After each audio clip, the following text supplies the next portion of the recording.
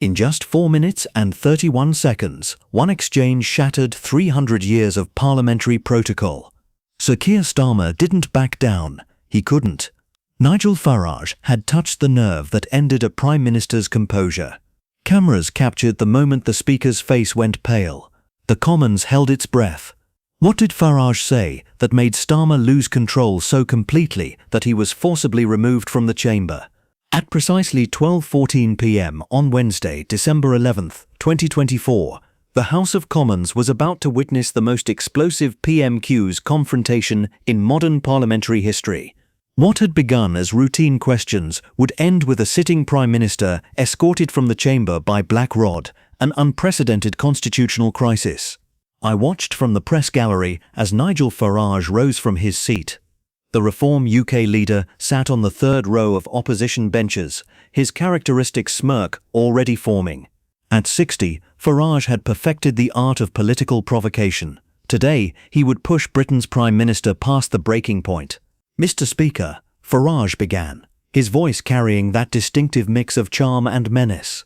"I want to ask the Prime Minister about his government's decision to deny British citizenship applications from white South African farmers fleeing persecution, while simultaneously fast-tracking asylum claims from illegal channel crossers."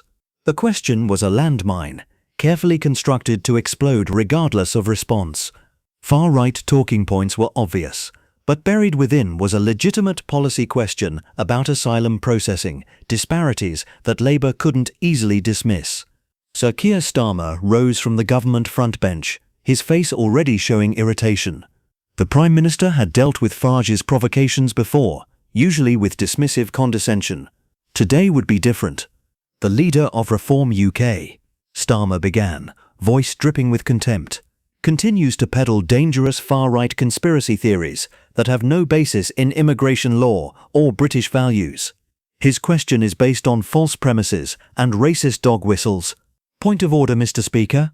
Farage shot to his feet, interrupting mid-sentence. "The Prime Minister has just accused me of racism. I demand he withdraw that remark immediately." The chamber erupted. Conservative MPs cheered. Labour members shouted support. The Speaker, Sir Lindsay Hoyle, banged his gavel repeatedly. "Order, order." The Speaker's voice barely cut through the chaos. "The Prime Minister will complete his answer without interruption." Starmer's jaw clenched visibly. His hands gripped the dispatch box, knuckles white with tension. This was a Prime Minister losing the careful control that had served him throughout his career. "Mr. Speaker," Starmer continued, voice rising, "I will not withdraw anything. The leader of Reform UK has spent his entire career exploiting racial division for political gain. He stood in front of racist posters during the Brexit referendum. He spreads disinformation about immigrant crime statistics. And now he comes to this chamber with manufactured outrage about policies he doesn't understand."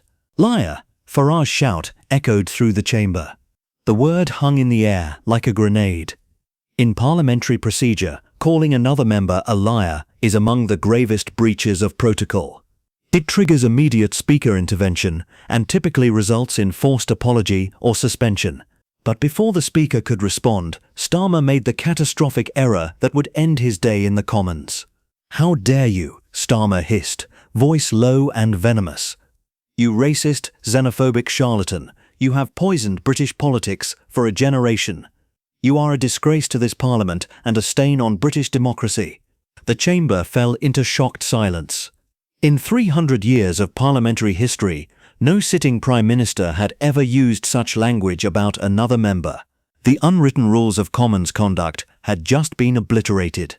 Farage stood perfectly still, his face showing theatrical shock, but his eyes betrayed something else, triumph. He had provoked exactly the response he wanted. Starmer had taken the bait and destroyed himself. "Mr. Speaker," Farage's voice carried false outrage. "The Prime Minister has just called me racist and xenophobic. He has used unparliamentary language that violates every standard of conduct in this chamber. I demand immediate action." Sir Lindsay Hoyle's face had gone pale. The Speaker was facing a constitutional nightmare. A Prime Minister had clearly violated parliamentary standards. but removing a sitting PM from the Commons was unprecedented in modern times. Prime Minister, the Speaker said carefully, voice barely steady. The language you have used is unparliamentary and violates the standards of this House. I must ask you to withdraw your remarks and apologise to the member for Clacton. The chamber fell silent, every eye locked onto Starmer. This was the moment where Prime Ministers typically back down, offered carefully worded apologies and moved on. But Starmer's face showed no intention of backing down. Mr. Speaker, Starmer replied, voice cold, I will not apologise for speaking truth.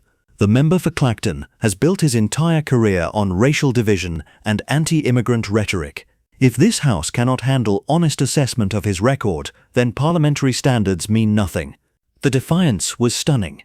I had covered Westminster for 18 years and never witnessed anything comparable. A Prime Minister was openly refusing a direct instruction from the Speaker. Hoyle's face flushed red. His position demanded action, but the political implications were catastrophic. Removing a Prime Minister from the Commons would trigger a constitutional crisis. Prime Minister, the Speaker repeated, voice firmer, I am giving you one final opportunity to withdraw your remarks. If you refuse, I will have no choice but to name you and request your withdrawal from the chamber. The naming procedure was Parliament's nuclear option. When a member is named, they are formally suspended and must leave immediately. It hadn't been used against a Prime Minister since. Actually, it had never been used against a sitting Prime Minister in the modern era. Starmer stood silent for exactly 7 seconds. The chamber was so quiet I could hear my own heartbeat. Cabinet ministers behind him whispered urgently. Deputy Prime Minister Angela Rayner touched his arm, mouthing something cameras couldn't catch. But Starmer shook his head slowly. Mr. Speaker, I stand by my words. The chamber exploded. Conservative MPs roared with approval at Starmer's self-destruction. Labour members looked shell-shocked. Reform UK members celebrated openly. Sir Lindsay Hoyle stood, his face grave with constitutional history's weight. I must name the Right Honourable Member for Holborn and St Pancras, the Speaker announced, using Starmer's constituency in the formal naming procedure. I order that the Prime Minister withdraw immediately from the House for the remainder of this sitting.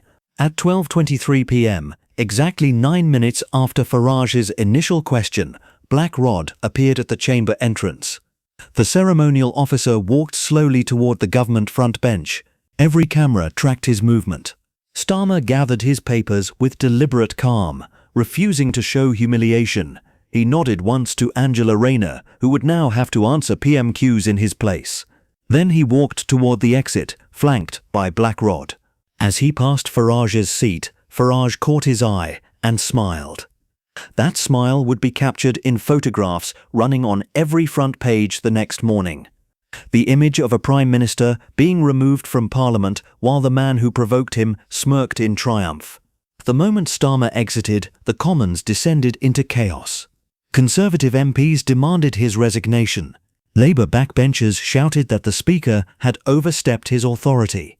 Reform UK members celebrated the greatest own goal in British political history. Angela Rayner attempted to continue PMQs, but remaining questions were drowned out by constant points of order. After 20 minutes, the Speaker suspended the sitting early, another unprecedented breach of parliamentary routine. Within minutes, Starmer removed was trending #1 on X. The hashtag generated over 800,000 mentions in the first hour. News channels interrupted regular programming. Prime Minister forcibly removed from Commons. Sky News ran continuous footage of Starmer's walk of shame. The BBC assembled emergency panels of constitutional experts trying to explain what they'd just witnessed. International media picked up the story within hours. CNN. British PM expelled from Parliament in unprecedented clash. The New York Times front page featured the image of Starmer being escorted out. Le Monde called it La crise constitutionnelle britannique. The real damage was political. By 2 p.m, 3 Labour backbenchers publicly questioned Starmer's judgment. By 6 p.m, polls showed 67% of Britons believed Starmer's behaviour was unbecoming of a Prime Minister. That evening, Starmer addressed the nation from Downing Street, defensive and unapologetic. Today in Parliament, I spoke plainly about dangerous rhetoric that has poisoned our politics. I will not apologise for calling out racism and xenophobia, even when parliamentary protocol demands I use more careful language. The standards of this House must not prevent us from speaking moral truths.